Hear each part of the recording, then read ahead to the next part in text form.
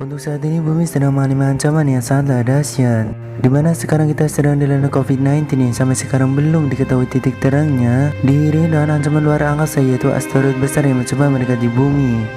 Apakah ini merupakan ancaman yang serius dan bahkan mengakibatkan kepunahan bagi manusia? Yang dimana dalam faktanya bumi telah mengalami beberapa kali kepunahan massal.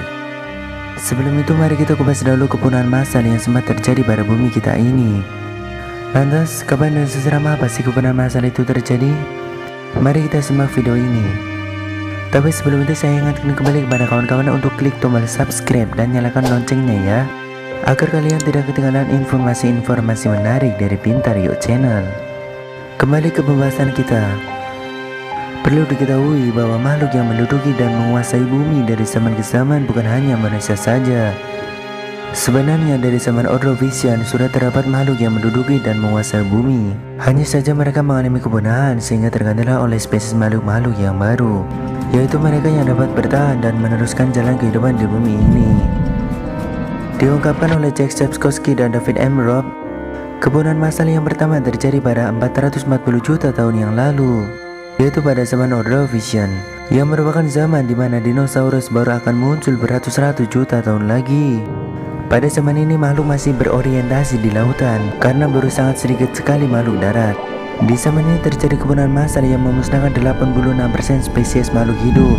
Peristiwa ini terjadi karena serangkaian peristiwa tektonik yang menyebabkan terbentuknya kutub, sehingga terjadi penurunan permukaan air laut yang mengakibatkan terangkatnya batuan silikon ke udara yang menghisap CO2 dari atmosfer sehingga efek rumah kaca sangatlah berkurang drastis. Akibatnya memperburuk iklim bumi sehingga bumi menjadi sangatlah dingin dan terjadilah kepunahan massal. 66 juta tahun kemudian terjadi kepunahan massal yang kedua yaitu pada zaman era Devonian. Ini terjadi kisaran 375 juta tahun yang lalu. Terjadi karena deoksigenasi lautan. Kepunahan massal kembali melanda bumi pada zaman ini, yaitu pada akhir era Devonian, yaitu masa di mana tanaman sudah tidak lagi berbentuk tanaman perdu, melainkan sudah berbentuk pohon. Pada zaman ini kehidupan masih didominasikan oleh makhluk laut, yaitu trilobit. Trilobit merupakan spesies yang merajai bumi jauh sebelum era dinosaurus dan bertahan di bumi hingga 270 juta tahun. Penyebab yang paling pasti pada era ini adalah tumbuhan algalbum. Apa itu tumbuhan algalbum?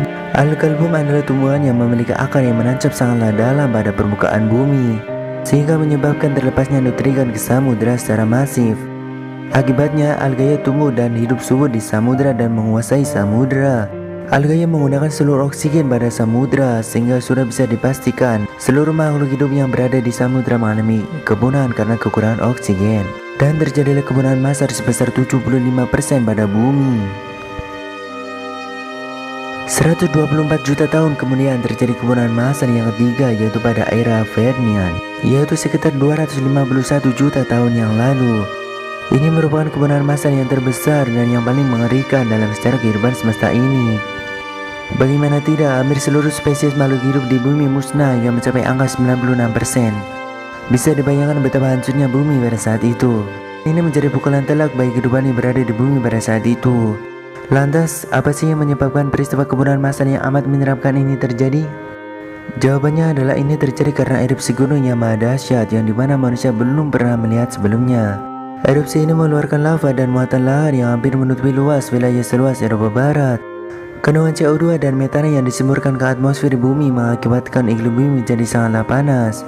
Bumi bagaikan neraka pada saat itu. Arus air laut terhenti akibat iklim yang sangatlah ekstrim. Akibatnya makhluk hidup di laut sepenuhnya mati, hanya tersisa beberapa saja.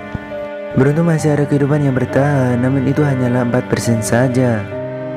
Kepunahan selanjutnya terjadi 50 juta tahun kemudian, yaitu pada era Triasik. Kurang lebih 200 juta tahun yang lalu, lanjutan dari sisa kehidupan yang tersisa pada era sebelumnya, yang berusaha payah dibentuk oleh evolusi baru ternyata mengalami kepunahan massal. Ya, walaupun tidak seseram kepunahan massal pada sebelumnya, peristiwa ini memusnahkan 80% spesies makhluk hidup dan menyebabkan perubahan yang sangat besar bagi kehidupan pada saat itu. Kepunahan massal ini terjadi karena celah vulkanik raksasa sehingga menyebabkan terpisahnya benua Afrika dan benua Amerika, sehingga secara bersamaan melepas gas CO2 ke atmosfer. Akibatnya terjadi perubahan iklim bumi yang sangatlah drastis. Peristiwa ini juga memberikan babak baru dalam sejarah kehidupan ini, yaitu keberadaan hewan-hewan besar seperti Archosaurus dan Thrapsid.